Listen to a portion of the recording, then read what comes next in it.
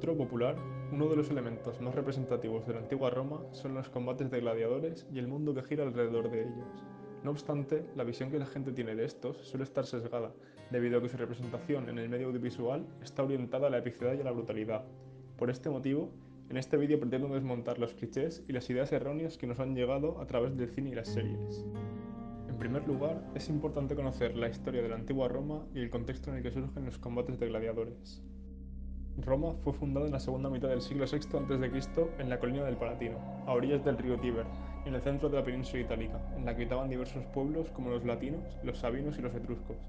Según la leyenda, sus fundadores fueron Rómulo y Remo, descendientes de Eneas, un superviviente de la guerra de Troya.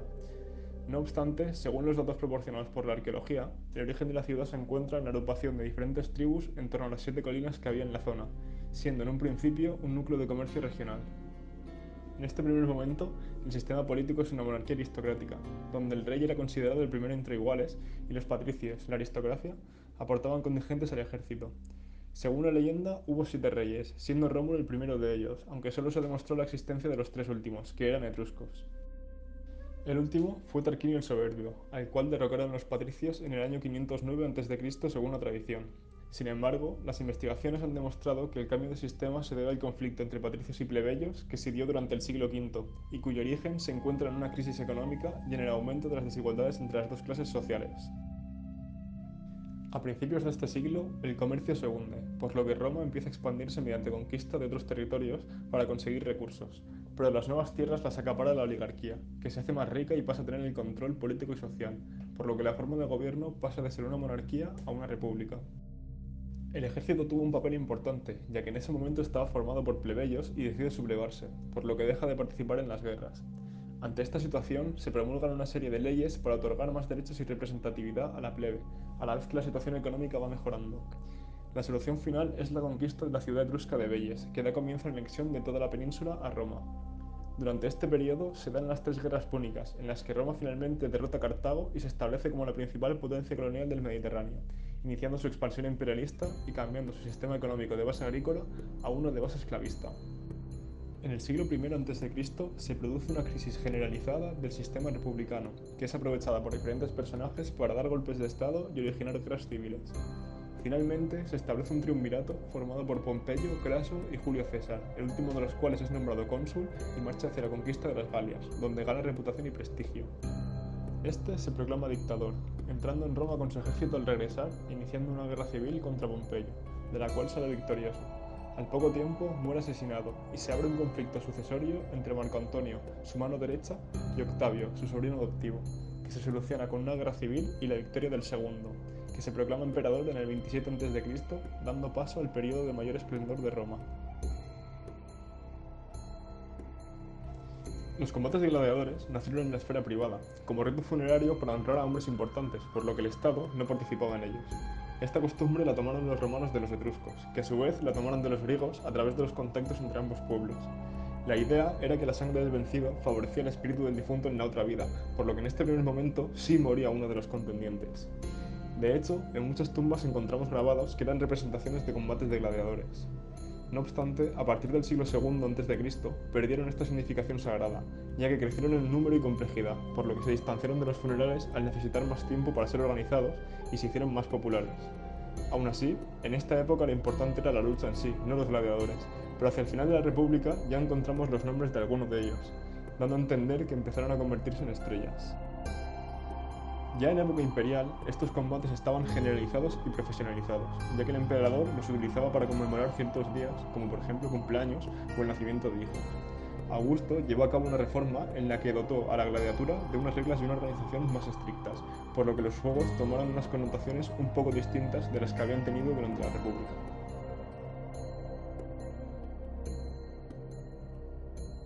Hoy en día se considera que los combates de gladiadores son un deporte, al igual que los deportes de combate griegos como el pugilato o el pancracio. Los competidores estaban preparados física y psicológicamente para combatir, entrenamiento que se llevaba a cabo en escuelas conocidas como ludus. Es cierto que moría gente, pero esto sucedía pocas veces y era algo que también pasaba en otras disciplinas deportivas. Y aunque los combatientes solían ser esclavos, normalmente prisioneros de guerra, también había ciudadanos libres que decidían ser gladiadores, los conocidos como auctorati, que según las fuentes eran los mejores y los más numerosos en época imperial. Esto se debe a que al participar voluntariamente ponían más empeño en entrenar y prepararse, y por otro lado, la disminución del número de guerras hizo disminuir el volumen de esclavos.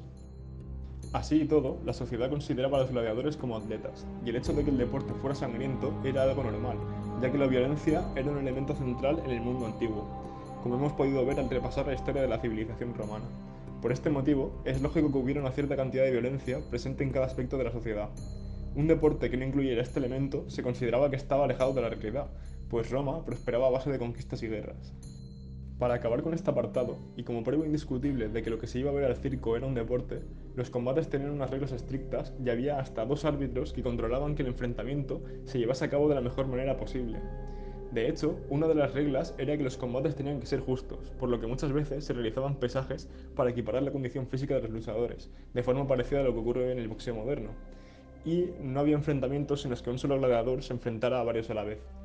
Además, había todo un negocio en torno al mundo de la gladiatura, de forma parecida a los grandes negocios que se llevan a cabo hoy en día con los deportes, motivo por el cual no era factible que en todos los combates muriesen luchadores.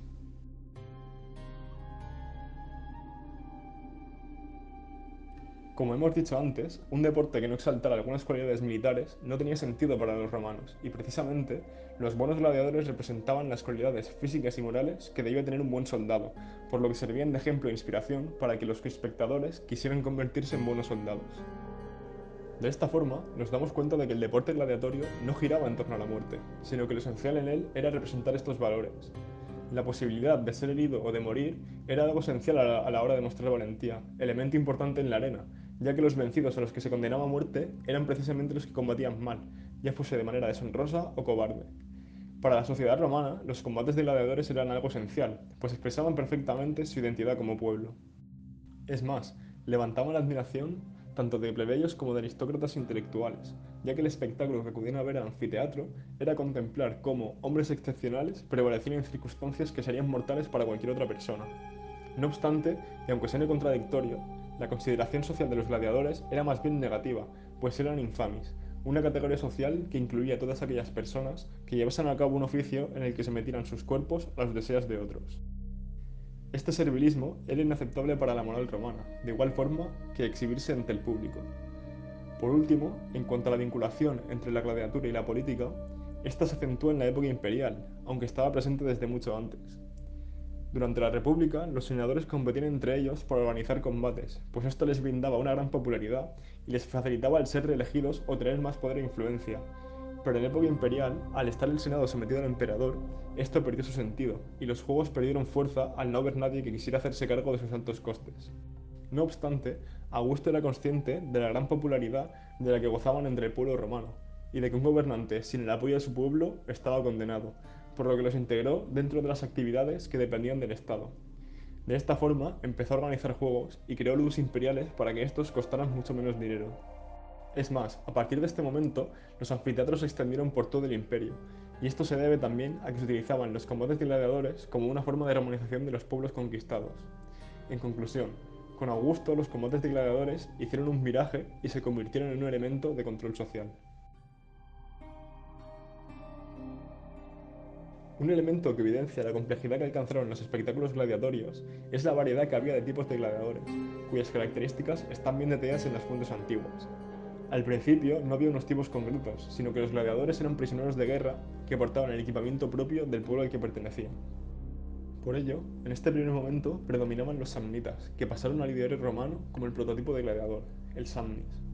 Más adelante, durante las campañas en la Galia y en Tracia, llegaron a Roma muchos prisioneros de estos pueblos, que pasaron a constituir otros dos tipos de gladiadores, el Gaius y el Thrax. Igual sucedió durante las campañas en Britania, que dieron lugar a otro tipo de gladiador, el Esedarius, llamado así porque combatía con un carro de guerra britón. Por otro lado, también se crearon otros tipos de gladiadores basados en el manejo de un arma en concreto, como el Retiarius, que luchaba con una red, o para hacer frente a otro tipo, como el Secutor, el rival ideal del Retiarius. Manejar diferentes armas implicaba utilizar técnicas de combate concretas, y los romanos se dieron cuenta de que ver diferentes estilos de lucha era mucho más interesante que ver a dos personas peleando de la misma forma.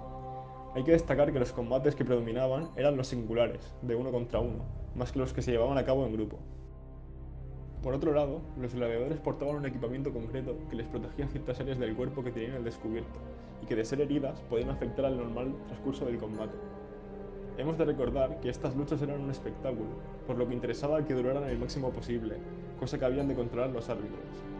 El equipo básico era un taparrabos y un cinturón ancho para sujetarlo, que cubría también parte de la barriga, unas tiras de cuero enrolladas en las extremidades, un protector para el brazo hecho de placas metálicas, unas grebas, un escudo que podía ser grande o pequeño y un yelmo. Hay que recalcar que portaban yelmo y no casco, pues este les cubría también la cara, de forma que se despersonalizaba el gladiador y resultaba más difícil empatizar con él. Los yelmos solían ser de bronce, pesaban unos 4 kilos y estaban decorados con plumas. En el caso del Secutor, su yelmo era completamente plano para evitar que pudiera ser atrapado fácilmente por la red del Retiarius. Un dato curioso es que luchaban descalzos, para impedir que las sandalias les entorpeciesen a la hora de luchar. Aún así, en ningún caso portaban protección en el pecho, tan solo algunos tipos, como el Provocator, que era enfrentado contra gladiadores de su mismo tipo debido a la ventaja que suponía estar tan cubierto. Algunos de los tipos más conocidos de gladiadores, aparte de los mencionados, eran el Dimacaerus, que luchaba con 2 hojas, el Mondillo, que basaba su técnica de combate en protegerse con un gran escudo, el Jaculator, cuya arma era una lanza, el Scissor, que portaba un hacha en el brazo, o el Sagittarius, que luchaba con arco y flechas.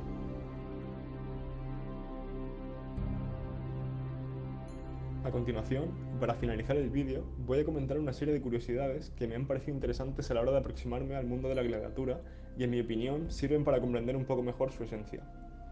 Un dato bastante curioso es que se tiene constancia de la existencia de mujeres gladiadoras.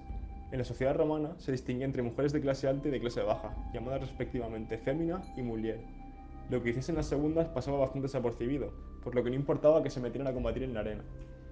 Lo único que requería una mujer para poder ser considerada gladiadora era haber recibido entrenamiento en un ludus.